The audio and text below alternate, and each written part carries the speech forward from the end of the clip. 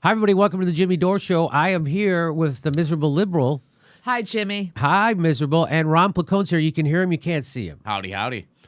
So I remember a lot of these videos are starting off like this. I remember when a Jagoff nightclub comedian said that Donald Trump would be the impetus for a progressive wave. So that was my position. 2 years ago, we were saying that and took a lot of heat for it. Still do. People still attack us for saying that. Even though there's like 40, well, the Speaker of the House, Paul Ryan is retiring when he has complete control of government. Why would you do that? 40 other Republican in the Congress are retiring when they have complete control of government. So there's that.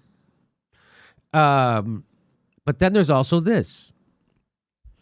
This is from E.J. Dionne, by the way, and this was printed in Truthdig. E.J. Dionne is a Washington Post columnist, and he's a real establishment guy. I would think he would consider him. He's a liberal. He's not a progressive. And you know what liberals are: 10% to the right in the good times, 10% to the left and best of times, and 10% to the right when it affects them personally. Phil Oaks. Yep. So this is called The Best Thing to Happen to the Progressive Movement, and it's a picture of Trumpy. That's what that is. And here's what he says. The upshot, I'll just give you a little bit from this. He says the upshot is a vicious cycle that could be disastrous for the Republican Party this fall. That could be disastrous for the Republican Party this fall. So far, Trump has failed to stir his base, but he has become unintentionally one of the most effective organizers of progressive activism and commitment in the country's history. That's E.J. Dionne saying that. Now, I'm sure there's a lot of Jagoffs out there who probably smear him for that. No, they won't. They'll go, oh, that makes sense. But for some reason, when we said this 2 frickin' years ago, people smeared the shit out of us. That you weren't allowed to say that. Weren't allowed to say that.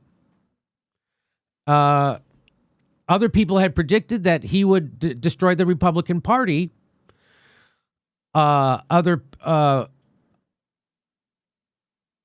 so I also agreed with that it was likely to happen. And well, now 40 people are resigning. Now we got Democrats winning seats in Wisconsin. We opened that they never won. So things are on the move. We have people are saying there's going to be a blue wave. We'll see. Revulsion at Trump is now the driving force in American politics, and this petrifies the traditional GOP. This is E.J. Dionne saying that. So it's okay because he's from the Washington Post and everything. Can I add that? Yeah, go ahead. Another thing this show has said a number of times was pin Trump to the Republicans. Yes. Stop making it out like he's some outlier because his ugly policies are just Republican policies. And when you make it out like he's some outlier, you're actually helping the GOP cause. We've been saying that.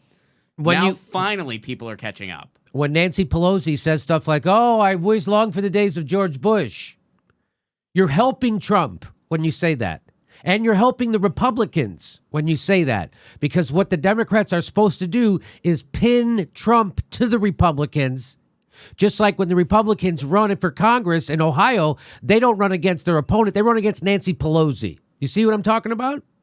And that's what, in fact, all the down ballot Democrats told Hillary Clinton during the campaign, please don't separate Trump from the rest of the Republicans. And she said, I'm doing it anyway. And she did it. So responding to the outcome of last week's elections in Wisconsin, here we are. A candidate backed by Democrats won an open state Supreme Court seat for the first time since 1995. The normally loyal Republicans at the Wall Street Journal's editorial page took off the gloves. And here we go. If Mr. Trump is the main issue on Election Day in November, the paper wrote, all the evidence now points to an electoral wipeout. Like President Obama's in 2010, this time against the Republicans. Now just imagine if Hillary Clinton was president. The Republicans would be adding to their majorities in the state houses, in the House, and in the Senate. And the only thing Hillary Clinton would be able to get done is appoint a Republican to the Supreme Court, which she wanted to do anyway. And all kind of Republicans. We'd be bombing in Syria already for sure. Well, we are bombing in Syria already. I mean, but we'd be way more ramped up. She wanted a no-fly zone. So just imagine. But now we have an actual opportunity to take back our government and wipe out the Republicans by sticking Trump to them. But the Democrats aren't going to do it, believe me. While there is some conflict in the polling about Trump, a consistent finding is that those who strongly oppose him far outnumber those who are enthusiastically for him. A Morning Consult poll last week, for example, found that overall 50% of registered voters disapprove of Trump's performance, while 41% approved. Think about that. Only 54% disapprove. That's amazing. More important is the fact, and this is what she stresses, 41% strongly disapprove of him, while only 19% strongly approve. Seen another way, the poll showed that 3/4 of those who disapprove of Trump hold intense feelings against him. I'll say that again. The poll showed that 3/4 of those who disapprove of Trump hold intense feelings against him, and less than half of those who approve of him are comparably fervent in their embrace. So people hate him way more than the people who love him love him. That's the point here. Trump's opponents are deeply motivated to put a check on his presidency. His supporters are discouraged and demobilized. Why? Because he didn't give everybody health care like he said he was going to. He said he was going to give everybody health care. He said he was going to be a non-interventionist. He's exploded the Pentagon budget, and he's ramping up the wars everywhere. People aren't happy with that. A Washington Post Kaiser Family Foundation poll released Friday brought home additional concrete results of this imbalance. It found an astonishing 1 in 5 Americans reporting that they had joined protests and rallies since the beginning of 2016, and that 70% of them disapproved of Trump. See what happens when you take subtlety away from right-wing policy ideas? Right? See what happens when the subtlety goes away? Yeah. So there you go. That's E.J. Dionne. They printed that in Truthdig. Any comment on that stuff, Sam?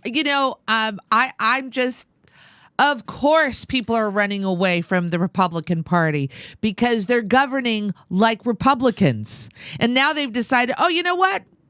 I'm not comfortable with what we stand for. I think we need to leave now. So 40 of them, they're resigning. I say they're fleeing their party. Yeah, they're fleeing.